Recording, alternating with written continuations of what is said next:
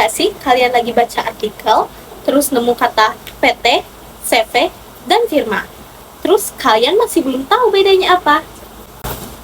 Halo semuanya, perkenalkan, nama saya Naura Laika Sarlis, dan saya bakal jelasin perbedaan antara CV, firma, dan PT pada kalian melalui video ini. Aku bakal ngejelasin dari yang paling sering kita dengar, yaitu PT. PT atau perseroan terbatas adalah bentuk badan usaha yang modalnya berasal dari saham. Jadi, kepemilikan sebuah perusahaan dibagi dalam beberapa bagian yang disebut saham, dan orang yang memilikinya disebut pemegang saham.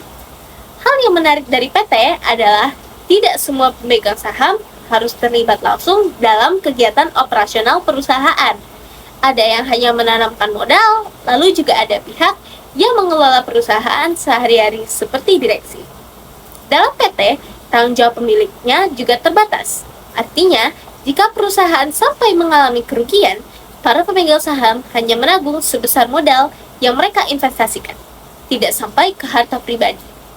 Ciri-ciri utama PT adalah modal bentuk saham yang bisa dimiliki oleh banyak orang.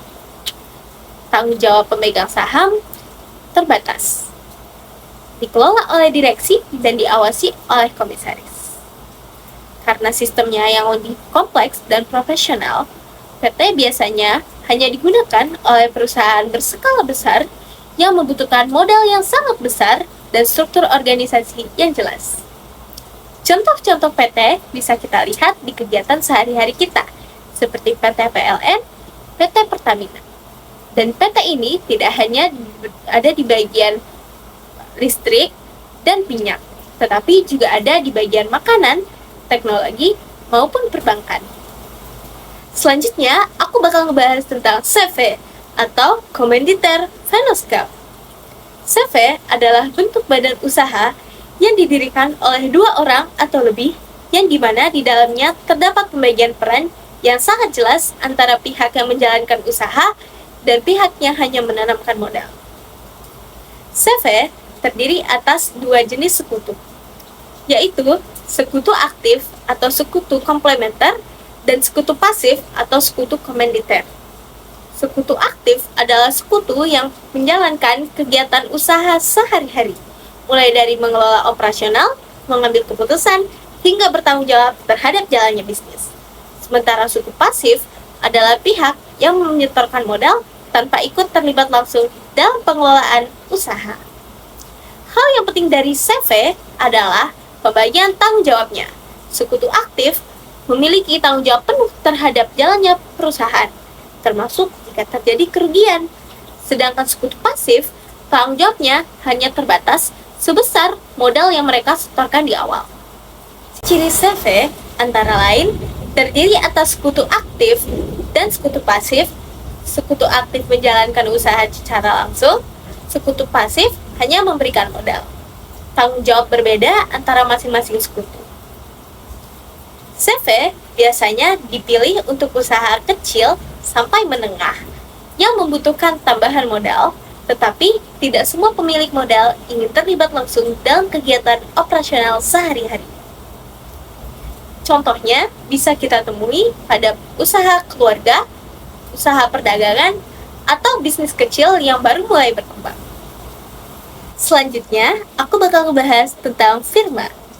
Firma merupakan bentuk badan usaha yang didirikan oleh dua orang atau lebih, di mana semua anggotanya berperan aktif dalam menjalankan kegiatan usaha.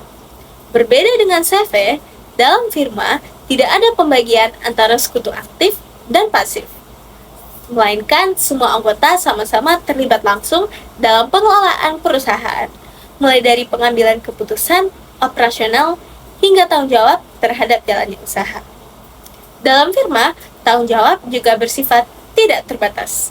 Artinya, jika perusahaan mengalami kerugian, semua anggota dapat ikut bertanggung jawab sampai ke harta pribadi, sesuai dengan kesepakatan dan kondisi yang terjadi.